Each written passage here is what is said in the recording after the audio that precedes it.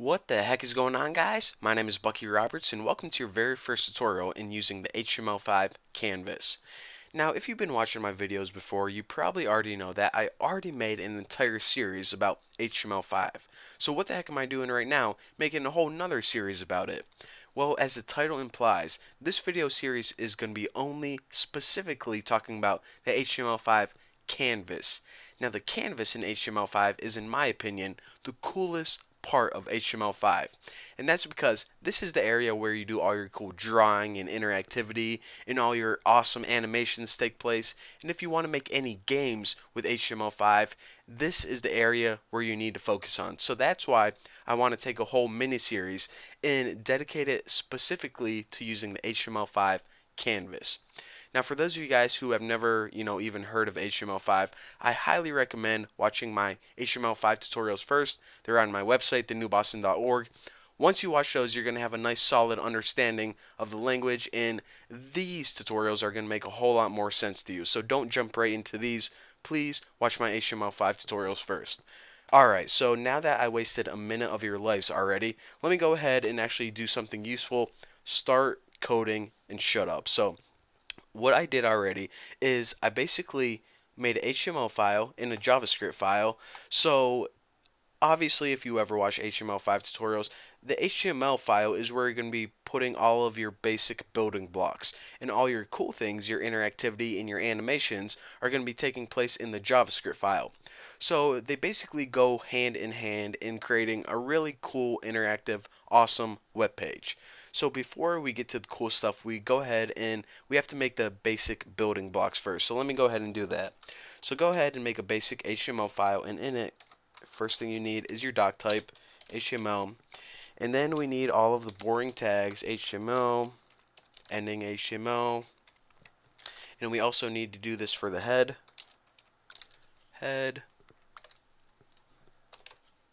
ending head, and of course the body, because my body is so sexy right now. My body is my body, and coding at the same time, singing at the same time. Now we can go ahead and add a style tag. Now inside your head, the first thing you want to do is you want to add a style tag. So let me go ahead and add a style, and unlike the previous versions of XHTML, you don't need to specify that it's CSS because CSS is the default in HTML5. So what's the first thing we want to do to our web page? Well, the first thing I want to do is I want to change the background color of it, because check this out. Go ahead, launching Chrome. Oh, plain white. This looks pretty cool. Not if you could, not catch the sarcasm over there. So what I want to do, very first thing, is of course change the background color. So body, and let me just go ahead and make this gray. So background 999,999. This is, not dark gray, not light gray. So, well, basically gray. So now let me go ahead and, well, if I save this and show you guys, refresh it, we now have a cool gray background. Now, the reason I want to make a gray background is because I want my canvas to be white, and of course, if you have white on white, you can't really tell where the canvas starts and where the background, it pretty much looks cooler if they're contrasting each other. So that's why I want my website to be a different color. Alright, so the next thing we want to do is we want to set the properties for the canvas using canvas ID. So whenever we make the canvas element, of course, we need to go ahead and reference this ID. So the first thing I want to do is I just want to add a margin of 10 pixels, and also a padding of 10 pixels as well, just because it looks a little bit neater whenever we're, drawing stuff. And now what I want to do is I want to specify the background of this